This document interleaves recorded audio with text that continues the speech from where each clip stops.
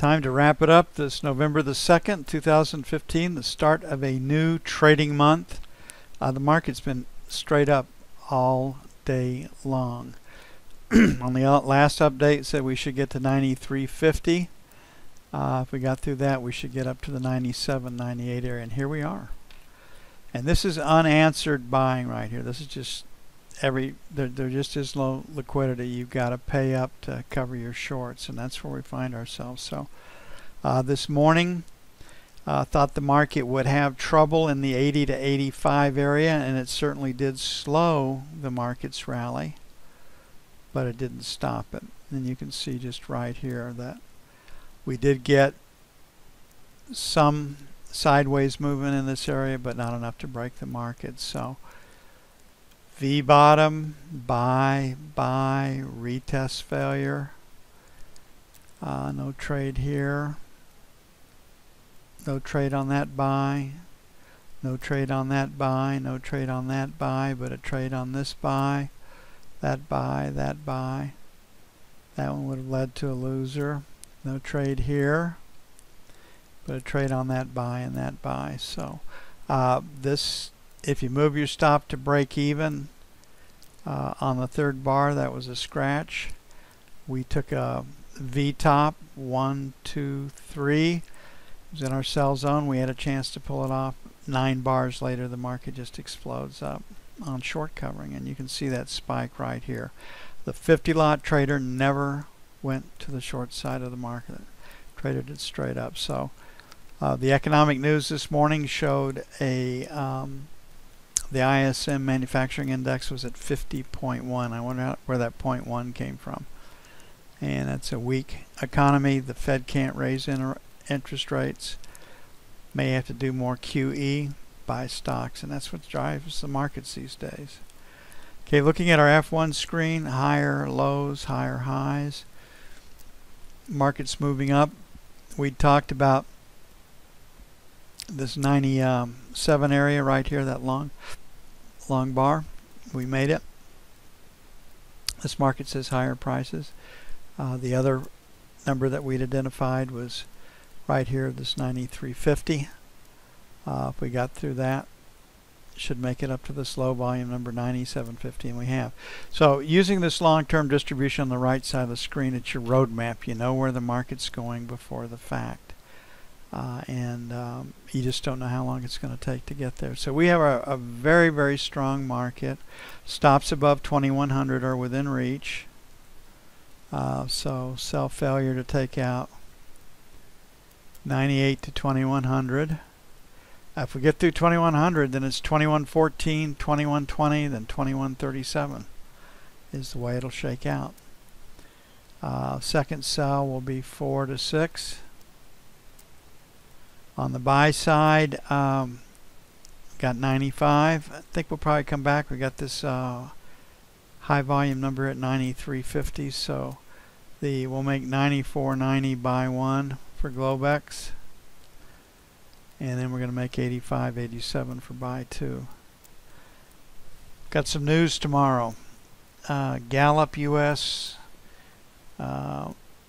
Economic Consumer Indicator last month was -14. The big number is factory orders at -0.9. -0.9. Fed can't raise interest rates, buy stocks. That's how this market trades. Don't see any reason for the market not to trade higher. In fact, I've got a pretty good chance of getting stops above 2100 this afternoon.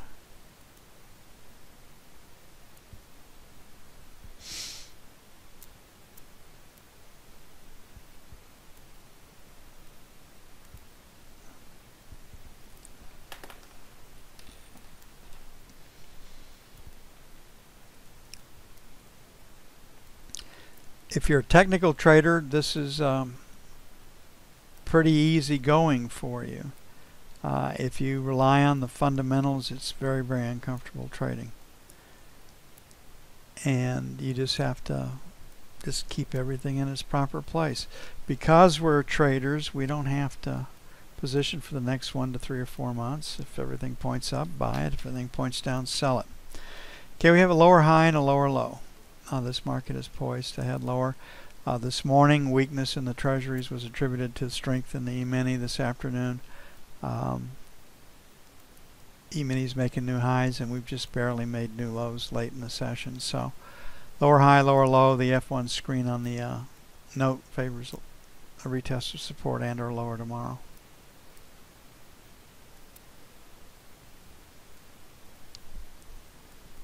Okay, we definitely looking at B's on the screen right here, and you can see that volume is below time right here, so it favors a sell. Resistance is at definitely 16. We came in this morning wanting to sell 16s to 20s. The high is 17.5. Had 3 opportunities to get short up there. It's a pretty good call. On the buy side, we were hoping to buy 5s to 9s. We said it might take a 13 to get in, and getting in the D&E period in this 12-13 area would have made you money. So we had this market nailed pretty well this morning. The trade's going to be the same. Sell failure 16 to 20, 23 to 27. On the buy side, I think we're headed lower, so 5 to 9. Again, we're going to have fundamental news that's supportive for treasuries. And then 01 to 29, which will slow the selling, or should slow the selling. And E-mini higher tends to take treasuries lower.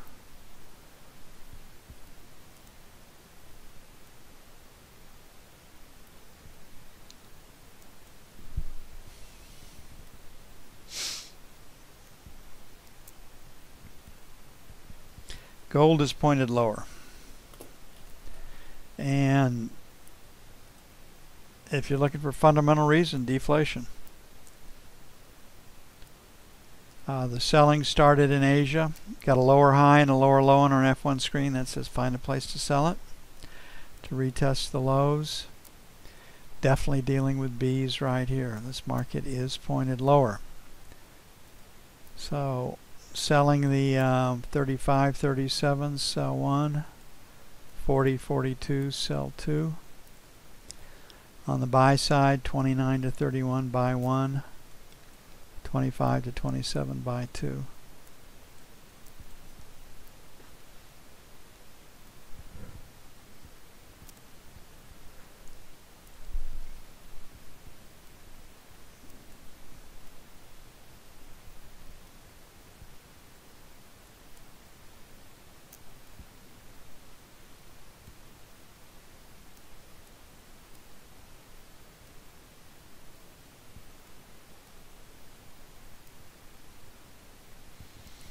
Okay, looking at the 30-year.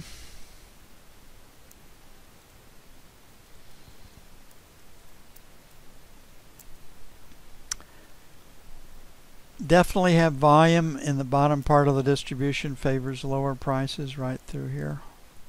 Definitely looking at a B. Last rotate up. Stopped at 156 even. We're at 25. Then a 56.02. So selling failure to take out 28 to the buck would be sell 1. Then the spill from London will make it, we'll jump it up to 7 to 11, sell 2. Buy side, we did get stops beneath that low. It has been rejected twice. So we'll leave 17 to 21 as our buy. That is support. Then we'll drop it down to 5 to 9.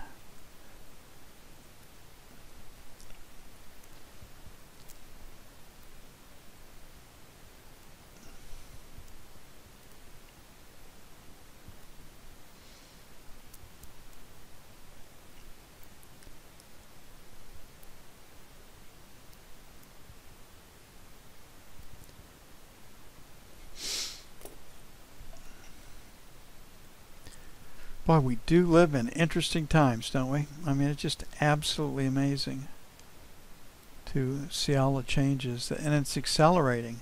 It's not slowing down. Okay, crude oil, higher low, higher high.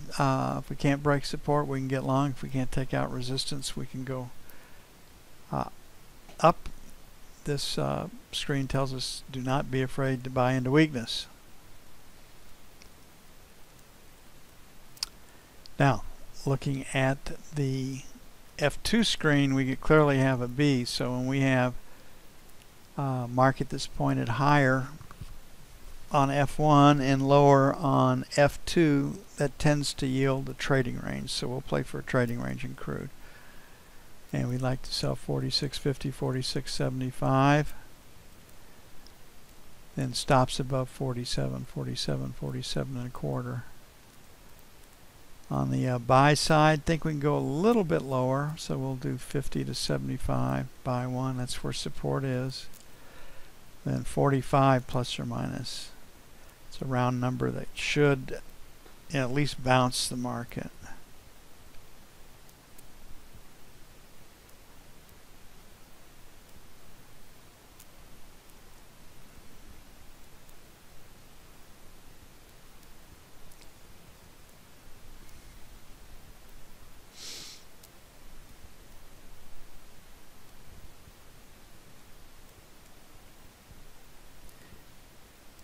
And the euro.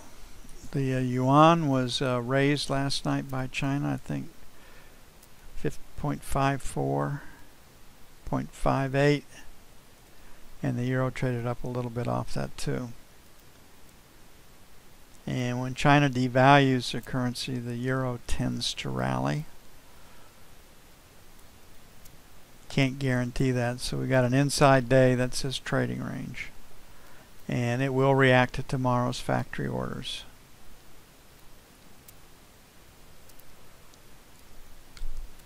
Europe's manufacturing indexes, all of them except for Spain and France, showed improvement on the reports this morning.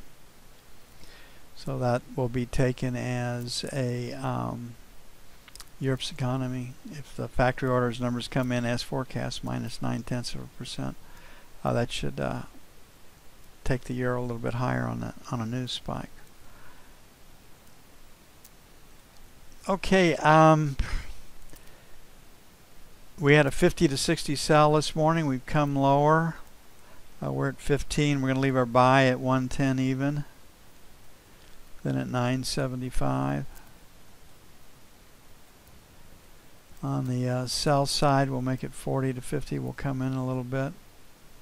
And then we'll make it 70 to 80 for sell 2.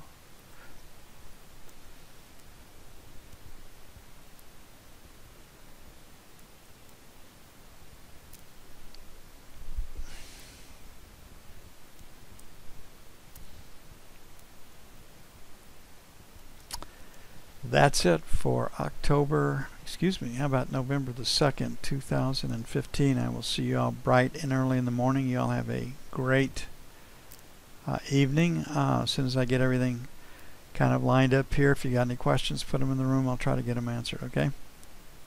Got a few things to do here right now.